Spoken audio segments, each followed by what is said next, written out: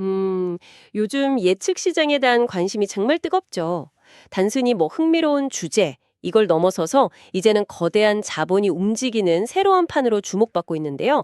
실제로 그 칼시라는 앱 있잖아요. 이게 미국 iOS 금융 카테고리에서 1위를 차지하기도 했고, 또 다른 대표 주자인 폴리마켓은 와, 뉴욕 증권거래소 모기업한테 투자를 받으면서 거의 뭐 1조 원 가까운 가치를 인정받았어요. 그래서 오늘 저희가 던져볼 질문은 바로 이거예요. 이게 그냥 새로운 온라인 도박판의 등장일까? 아니면 미래 금융의 모습을 바꿀 어떤 중요한 인프라가 될 수 있을까? 그 본질을 한번 깊게 파고들어 보려고 합니다. 네, 바로 그 지점이 오늘 이야기의 핵심입니다. 예측이라는 행위 자체가요, 이제 하나의 컨텐츠를 넘어서 자본이 집중되는 금융 상품으로 진화하고 있다는 신호거든요. 특히 흥미로운 건 월스트리트로 대표되는 제도권 금융의 힘, 그리고 블록체인으로 대표되는 탈중앙화 기술의 힘이 이 예측 시장에서 지금 정면으로 부딪히고 있다는 점이죠. 아, 그러니까 정장을 입고 규제 당국의 문을 두드리는 쪽이랑 후드티를 입고 국경 없는 코드로 시장을 만드는 쪽의 대결 구도? 뭐 이런 거군요. 좋습니다.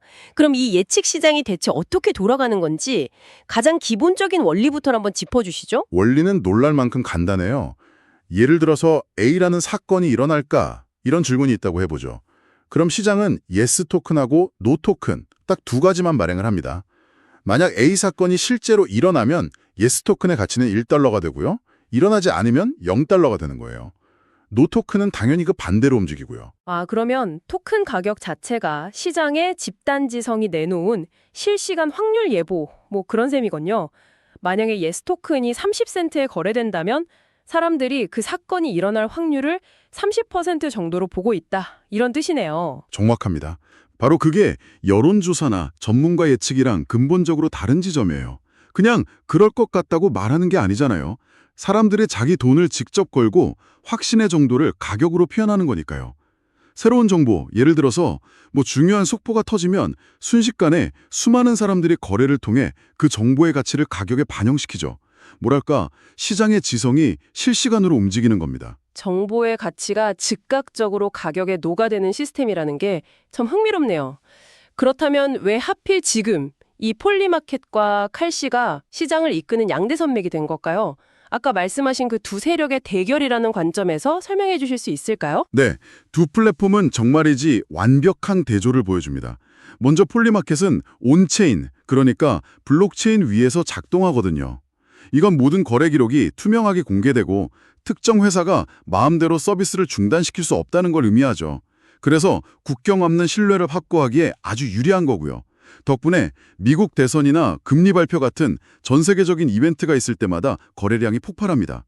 확률로 보는 글로벌 뉴스피드 같은 역할을 하는 셈이에요. 아, 글로벌 유저들을 대상으로 거대한 사건에 집중하는 자유로운 기술 기반의 전략이군요. 그럼 칼씨는 완전 정반대의 길을 걷고 있겠네요. 맞습니다. 칼시는 미국의 CFTC, 그러니까 월스트리트의 파생상품 시장을 감독하는 금융계의 호랑이 감독관 같은 곳이 있어요. 바로 이 기관의 엄격한 감독 아래에서 합법적인 이벤트 계약을 제공하는데 모든 걸 걸고 있습니다. 규제의 틀 안으로 들어가서 신뢰를 얻고 기존 금융 시스템과의 연결고리를 만들겠다. 이런 전략인 거죠. 한쪽은 자유로운 확장을, 다른 한쪽은 제도권 편입을 노린다. 정말 흥미로운 대결 구도네요. 근데 진짜 재미있는 건요. 최근에 이 두 세력이 서로의 영역을 넘보기 시작했다는 거예요. 과거에 미국 시장에서 규제 때문에 철수해야 했던 폴리마켓이 최근 스포츠 예측 분야를 시작으로 미국 사용자용 앱을 다시 내놓고 있고요. 반대로 칼시는 합법적인 테두리 안에서 더 다양한 상품을 만들려고 하고 있고요. 결국 각자의 방식으로 시장의 파이를 키우면서 최종 승자가 되기 위한 경쟁을 벌이고 있는 거죠. 바로 이 지점에서 사람들이 가장 헷갈려하는 것 같아요. 그래서 이게 대체 합법적인 금융투자야 아니면 그냥 신종 온라인 도박이야? 하고 말이죠. 이 둘을 가르는 결정적인 차이가 뭘까요? 그 구분은 이걸로 무엇을 할 수 있는가에 달려 있어요. 단순히 사건의 결과를 맞히는 데 돈을 거는 재미, 여기에만 머무르면 도박의 성격이 강하죠. 하지만 이걸 다른 금융상품과 결합해서 새로운 가치, 예를 들면 위험관리 같은 기능을 만들어내면 그때부터는 금융의 영역으로 들어서는 겁니다. 위험을 관리하는 기능이요. 그게 좀 더 구체적으로 설명해 주실 수 있나요? 네, 최근 예측 시장에서 나타나는 세 가지 진화 형태를 보면 명확해져요. 첫 번째는 해지, 즉 보험 수단으로 쓰는 거예요. 이건 단순히 맞다 틀리다에 돈을 거는 걸 넘어서요.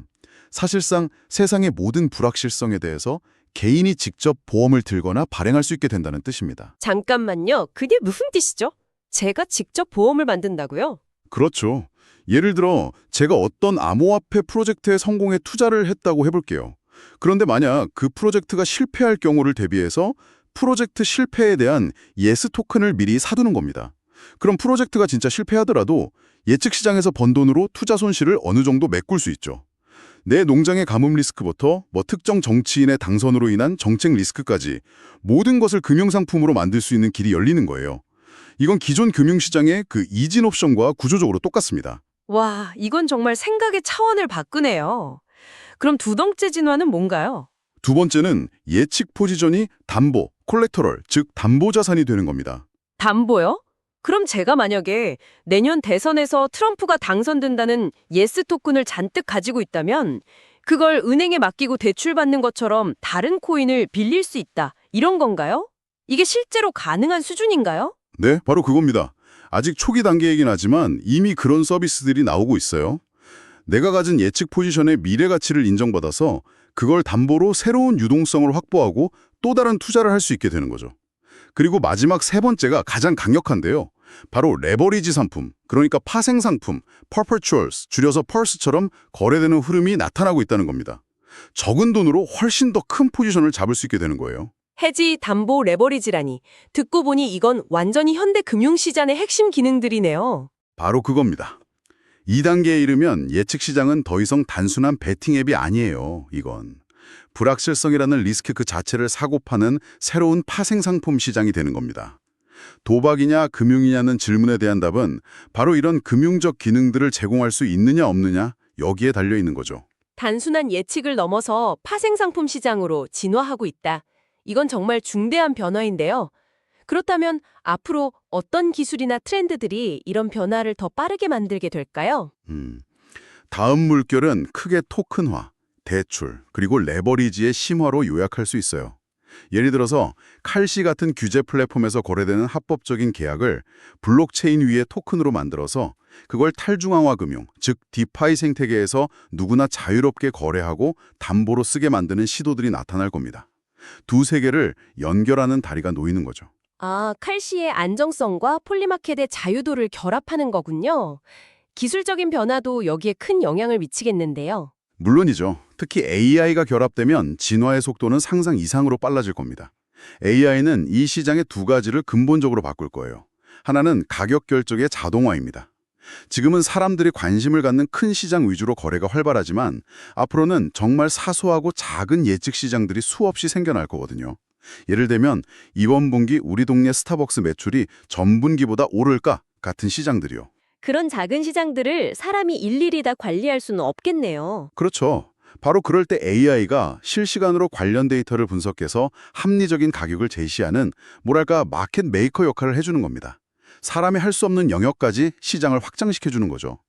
그리고 다른 하나는 인터페이스의 혁신입니다. 인터페이스의 혁신이라면 어떤 걸 말씀하시는 건가요? 미래에는 우리가 뭐 복잡한 차트를 보면서 거래할 필요가 없을지도 몰라요. 그냥 AI 비서한테 이렇게 말하는 거죠. 나는 지트라는 자산이 3주 안에 오를 것 같아. 가장 효율적인 방법으로 투자해줘. 그러면 AI가 제 의도를 파악해서 가장 적합한 시장과 상품, 예를 들면 현물, 예측시장 포지션, 레버리지 상품, 옵션 이런 것들을 쫙 조합해서 최적의 거래를 실행해주는 시대가 올 수 있다는 겁니다. 정말 영화 같은 이야기인데 한편으로는 좀 무섭기도 하네요. AI가 모든 걸 최적화해준다면 인간 투자자의 감이나 직관 같은 건 설 자리가 완전히 없어지는 걸까요? 아주 예리한 지적이십니다. 모든 혁신에는 그림자가 따르기 마련이죠. 예측 시장이 이런 비전을 현실로 만들고 진정한 금융 인프라로 성장하기 위해 넘어야 할 가장 큰 산이 바로 거기에 연결되어 있어요. 그게 뭔가요? 단연 유동성입니다. 거래량이죠. 아무리 좋은 아이디어와 기술이 있어도 시장에 돈이 충분히 돌지 않으면 아무 소용이 없어요. 유동성이 부족하면 단 몇천 달러의 소액 주문만으로도 가격이 폭등하거나 폭락할 수 있거든요. 이건 곧 시장 가격을 신뢰할 수 없다는 뜻이고 조작이 위험에 그대로 노출된다는 의미입니다. 듣고 보니 유동성 문제는 정말 치명적이겠네요. 소위 작전 세력이 들어와서 시장을 마음대로 흔들 수 있다는 거니까요. 비트코인 초창기에 많이 봤던 그림이죠. 맞습니다. 여기에 앞서 말한 레버리지가 결합되면 문제는 훨씬 더 심각해져요. 특정 포지션의 가격이 급락하면서 강제 청산이 일어나고 그 청산 물량이 또다시 가격 하락을 부추겨서 연쇄적인 청산 사태로 이어질 수 있죠. 기존 파생상품 시장에서 우리가 이미 여러 번 목격했던 바로 그 위험입니다. 다른 리스크는 없나요? 예를 들어서 결과 판정 같은 문제는 어떻게 해결하죠? 중요한 문제입니다. 그게 바로 오라클 리스크라고 불리는 건데요. 결국 심판을 누구로 할 거냐의 문제예요. 예를 들어 A 후보가 선거에서 승리할까라는 시장에서 승리의 기준이 개표 완료 시점인지 아니면 공식 발표 시점인지 모호하다면 큰 분쟁이 생길 수밖에 없죠. 경기를 판정할 믿을 만한 심판이 없으면 아무리 훌륭한 선수들이 있어도 경기가 엉망이 되는 것과 똑같습니다.